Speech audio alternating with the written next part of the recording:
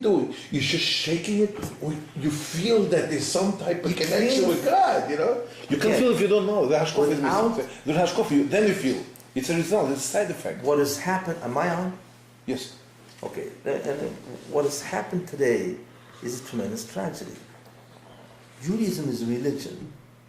It's supposed to be a spiritual journey. That's the problem. That's what's happening with Yiddishkeit today. That's why people have no feelings. You know, the halachas are very important, but there's no meaning, or it's not so much depth. There's no meaning behind the halacha. There's no meaning behind the ritual. But what's supposed to give the meaning? Well, hashkofa. That's what it is. The reason why hashkofa is so important, you know, other than the fact that it's a tremendous chokhmah, which is obviously very important, but what hashkofa does, it's the neshama to the halacha. Right. The halacha is the guf, and the neshama is the hashkofa. Guf without neshama, there's no. Well, guf without a neshama, it's called being dead. Right? That's basically what it is, you know? So therefore, the importance of hashkofa is not just that it's a chokhmah, a tremendous chokhmah, you know, and it's not only just that, it's also a philosophy of reality, what happens and why. It is the entire meaning behind the halacha. Instead, what Yiddishkeit has become is ritualistic. Yeah. It's the ritual. Do the ritual and you're okay. Not. So a person, what happens is he never develops any kind of feeling. Because remember, emotions, which comes first? Thinking or emotions? And the answer is thinking.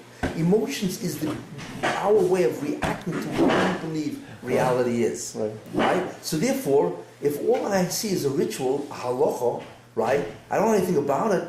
It doesn't invoke or inspire me in any way. Other than the intellectual dialectics of the Gemara. Fine, you know, but that's an intellectual dialectic, you know. It's an intellectual, what do you call, joy. You know, you have a kasha, you have a steer or whatever, a contradiction so on, and all of a sudden you answer it. Oh, so this is what's called an intellectual joy. But that's not spirituality. Ruchnius is a desire to be close to the Rebbeinu Shalom, to be close to God. Ruchnius is a desire to grow, to do whatever, it's called the avodah. There's a whole concept called avodah, of which Musa is a part of. But who knows about, when was the last time you ever met an oived? These things are as rare as dinosaurs. I mean, an oived. People who are oived on themselves. People don't even know what avodah. What are you talking about, avodah? You know? Menad, resist menad. You know, fine. But there's no union of avodah, there's no hechakai, there's no desire to change self or to move self in the direction of spirituality.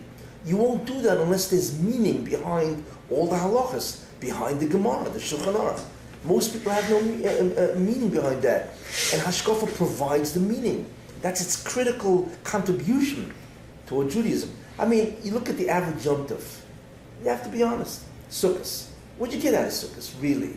You know, you basically what? You go to shul, you shake the lulav esrog. Do you know what's happening with lulav esrog? No. There's a halacha. There's halachas of lulav. There's halachas of kashrus of lulav. Halachas of that. And then there's the nanuim and halal and so on. Fine. Now I walk out of shul. I gave it a good shake. Now what? So fundamentally, what has happened?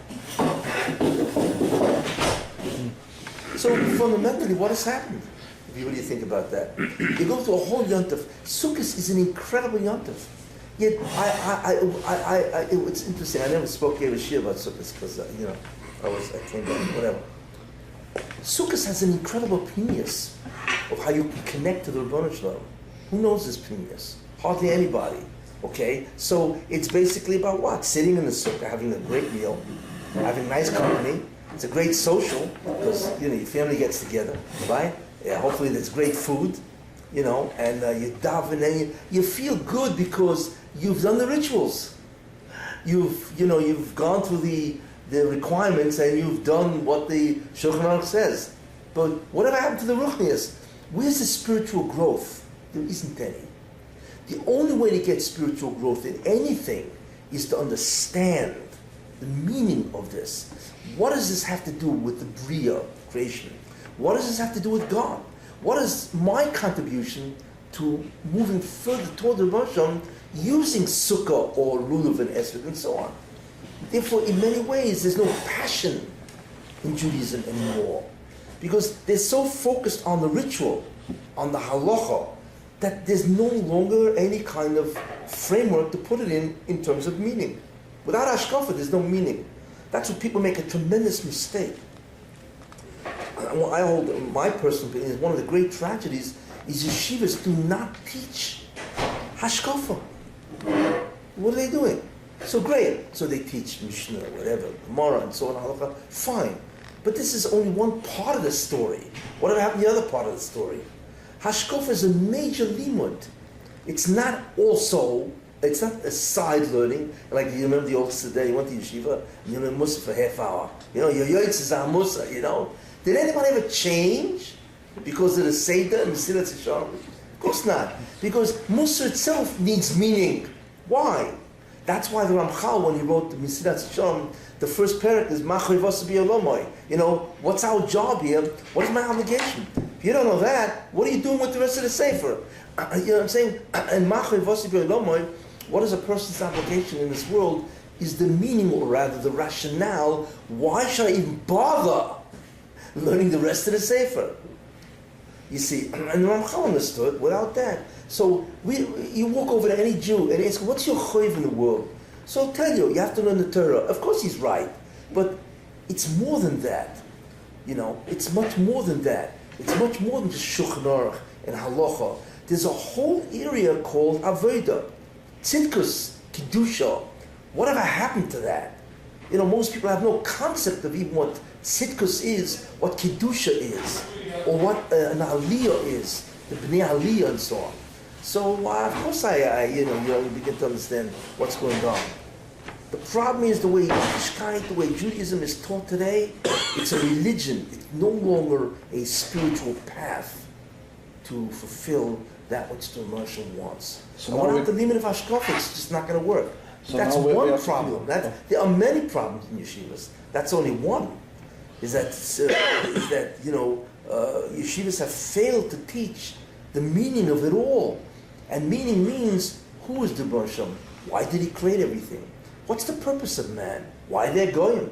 How do we understand Jewish history? The Ovos, the Nevi'im, and how do we understand the Golas and the Yisurim? Who's the Mashiach? What do you need a Mashiach for? Why not just end it and start Olam Haba? There are so many different questions going on. Why is it when you look at the Golas, it is so opposite than what the Rabbi Shalom wants and so on? There's so many questions, real questions that bother people. Why do we see Rishonim Matzliach and Tzaddikim have such a hard time? Why am I having such a hard time? A guy's going to say, I'm supposed to be in yeshiva. I'm supposed to be the elect of the Bria. Why am I having such a hard time? Etc. This is one of the major tragedies. So it's good entry point to today's show. Now we could flow into the show. Yes, okay. What was that? Even by sukkahs. Yeah. People shake the little nesting when you have on the other end, you have the supper and everything. That's all. It took him 45 minutes to do it when it takes us 5 minutes. Yeah, and I don't think because he just, he's stuttering until he got it out. Yeah, I don't think the Satmar Rebbe, Zatzal, I don't think this was an act of stuttering. He just couldn't stop, it's called procrastination. Because he understood what he was doing and why.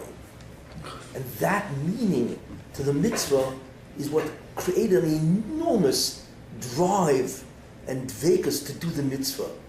It was the dvekus of him that was so gewaldig. The mitzvah is really very simple, and you just shake it and that's it, and what's the big deal, But it's the meaning behind, and therefore the kavanah of the mind, that's really where it really lies and so on. You don't have that exist anymore. That's why the terrible tragedies in Klal Yisrael. And you wonder why youth are leaving this guy. There's no meaning. You can't. You can't compete with what's going on. It's very hard to compete with an Apple, an iPad. What's going on in the science and technology and all this stuff is like beyond belief. It's hard to compete with just a ritual.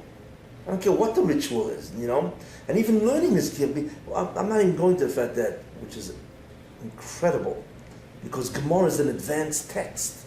You think about that. It's an advanced text that deals with problem solving, right? That's really what it is. I once said that. What is a Gemara? It's a collection of sugyas. What is the definition of a sugya? Can I ever tell you? What is a sugya? Can you switch to this? Because we're going to go to another shoot now. Yeah, I know. Anyway, okay. Can you focus? You know,